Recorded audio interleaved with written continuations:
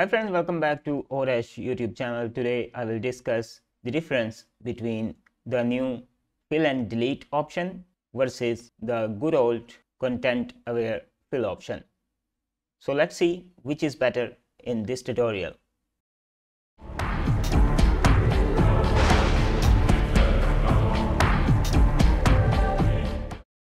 I have this image opened in Adobe Photoshop, and if I press the L key for the lasso tool to remove this hand and make a rough selection around this hand.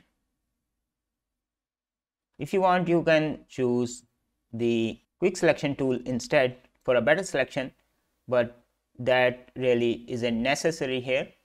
After you have selected the hand, press the Shift F5 key for content aware fill, hit OK, and Photoshop will take few seconds, and this is what we get.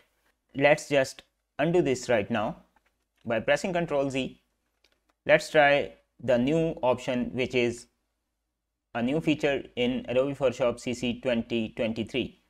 Right click with any selection tool and click delete and fill selection. Photoshop will take few seconds, and this is what we get once again. So how to fix this? Let me show you. Press Ctrl Z to undo this. Go to edit menu, and this time choose content aware fill. So that was how the content aware fill was working when we pressed the Shift F5 key and pressed the enter few seconds ago. So here I will minus all the unnecessary areas from the selection, just like that, and here you go.